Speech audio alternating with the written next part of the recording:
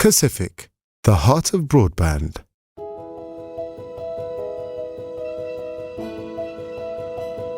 The Philippines is such a beautiful country.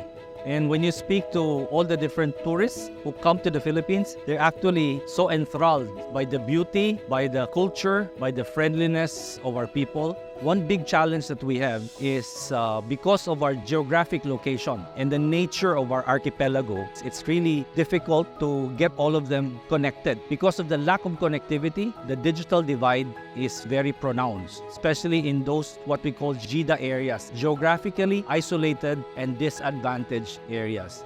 The objective was to deploy 438 sites in very remote areas of the Philippines during the typhoon season and within then last 4 weeks. To do so, we had to mobilize about 50 installation teams, which means more than 200 workers that we needed to coordinate on a daily basis and in real time. Lalakad kami ng 8 kilometers. Ang gagawin namin is yung bisat, pasan-pasan po namin yan. Nakakaranas din po kami ng pagpunta pa lang sa area nila. May mga landslide.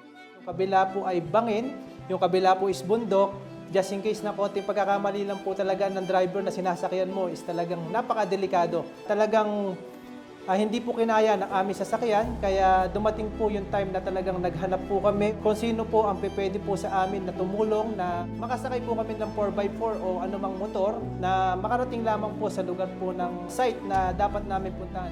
So yung mga hirap na dinadanas namin, nilalakad namin ng katulad nito, na daan na yan, na kung saan ilang minuto, ilang oras, tumatawid kami ng isla, naglalakad kami sa bundok para lang makabitan namin ng internet yung mga barangay na kung saan nangangailangan dito at nang makasabay sila sa internet sa kapatagan. Pagka nandun na kami sa isang site at na-install na namin ang bisat, nakikita namin yung saya ng komunidad or barangay na nagpapasalamat din sila dahil sa sobrang layo ng area nila, liblib na lugar, nakukuha namin magtiyaga para puntahan sila at installan ng Wi-Fi. Malaking tulong po ito, lalong-lalo na po yung mga estudyante namin. Ito po ay labis namin pinasasalamatan ng aking mga kabarangay dahil po kami naghihirap mag-connect ng internet at magpasa sa kabayanan kung saan man po may mga transa kami.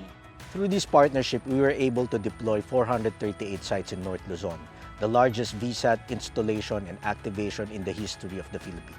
Our Pacific One satellite has once again proved its value through its powerful spot beams that cover every corner of the Philippines. With its remarkable bandwidth and capacity, the Pacific One has fulfilled the connectivity needs of Northern Luzon.